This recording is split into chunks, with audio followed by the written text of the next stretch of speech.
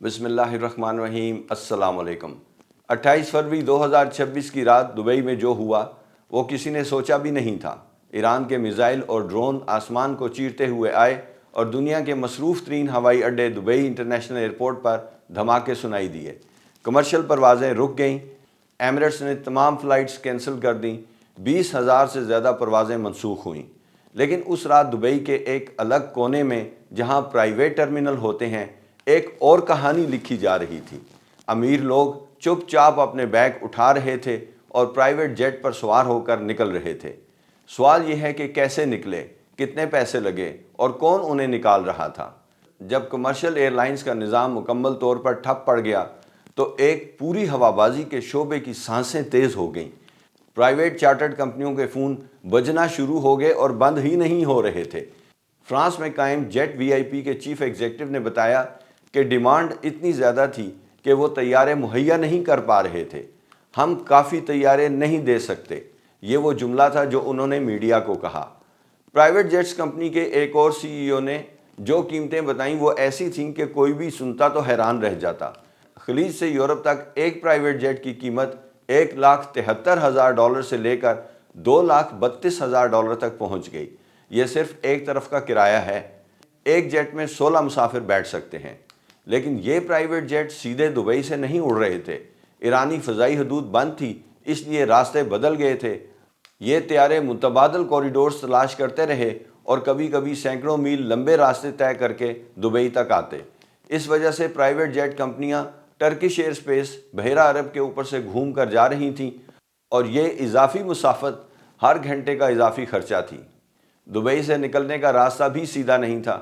لوگوں نے پہلے سرحد عبور کی۔ عمان کا مسقط دبئی سے تقریباً 4 گھنٹے کی ڈرائیو پر ہے۔ سعودی عرب کا ریاض 10 گھنٹے دور ہے۔ سرحدی قطاروں پر 4 گھنٹے انتظار کرنا پڑ رہا تھا۔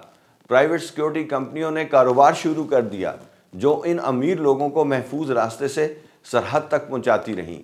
ایک برطانوی سیکیورٹی فرم کے آپریشنز ڈائریکٹر نے بتایا کہ سرحد تک پہنچنے کا یہ خرچہ بھی ہزاروں ڈالر میں تھا۔ جب کوئی ریاض یا مسقط پہنچتا اور وہاں سے جیٹ پکڑتا، $3 لاکھ سے زیادہ خرچ ہو چکے ہوتے۔ وہ کون لوگ تھے جو یہ رقم دے رہے تھے؟ دبئی میں اس وقت 81,000 سے زیادہ ملینرز آباد ہیں۔ 237 افراد کی دولت $1 ارب سے زیادہ ہے۔ دنیا کی بڑی بڑی مالیاتی کمپنیوں، توانائی کے کاروباریوں اور خاندانی دولت کے مراکز دبئی میں قائم ہیں۔ گلوبل سیکیورٹی فرم کے سی ای او نے بتایا کہ صرف منگل کی صبح تک ان کے پاس 7 بڑی کارپوریٹ کمپنیوں کی درخواستیں آ گئی تھیں جو 1,000 سے 3,000 ملازمین نکالنا چاہتی تھی۔ ایک سابق امریکی آفیشل اب دبئی کے امیروں کو بچانے کے لیے کاروبار کر رہا ہے۔ اب آتے ہیں ان عمارتوں کی طرف جو دبئی کی پہچان بن گئی تھیں۔ پام جمیرہ پر فیئرمونٹ ہوٹل میں دھماکہ ہوا۔ برج العرب ہوٹل، جسے دنیا کا 7 سٹار ہوٹل کہا جاتا ہے، اس کے بیرونی حصے پر ایرانی ڈرون کا ملبہ گرا اور آگ لگ گئی۔ برج الخلیفہ، دنیا کی سب سے اونچی عمارت، کو خالی کرانا پڑا۔ اٹلانٹس جیسے ہوٹل جو صرف 2 ماہ پہلے رمضان کی شاندار افطاریوں سے بھرے ہوئے تھے، اب خاموش کھڑے ہیں۔ وہی کمرے جن کی بکنگ مہینوں پہلے ہو جاتی تھی اب خالی ہیں۔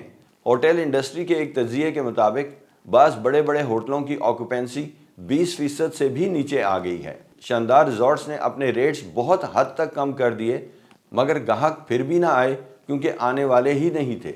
دبئی کا معاشی ماڈل یہ ہے کہ دنیا کے چاروں کونوں سے لوگ یہاں آئیں گے، یہاں رہیں گے، یہاں پیسے لگائیں گے اور یہاں سے دنیا بھر میں جائیں گے۔ یہ صرف ایک شہر نہیں بلکہ ایک عالمی مرکز تھا۔ اب وہی مرکز خطرے کی علامت بن گیا تھا۔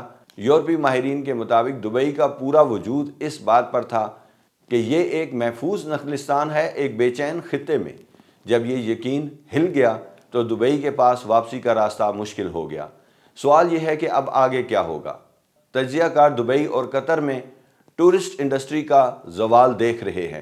کئی عالمی اداروں نے پہلے ہی خبردار کیا تھا کہ دبئی کی جائیداد کی قیمتیں 15% تک کم ہو سکتی ہیں۔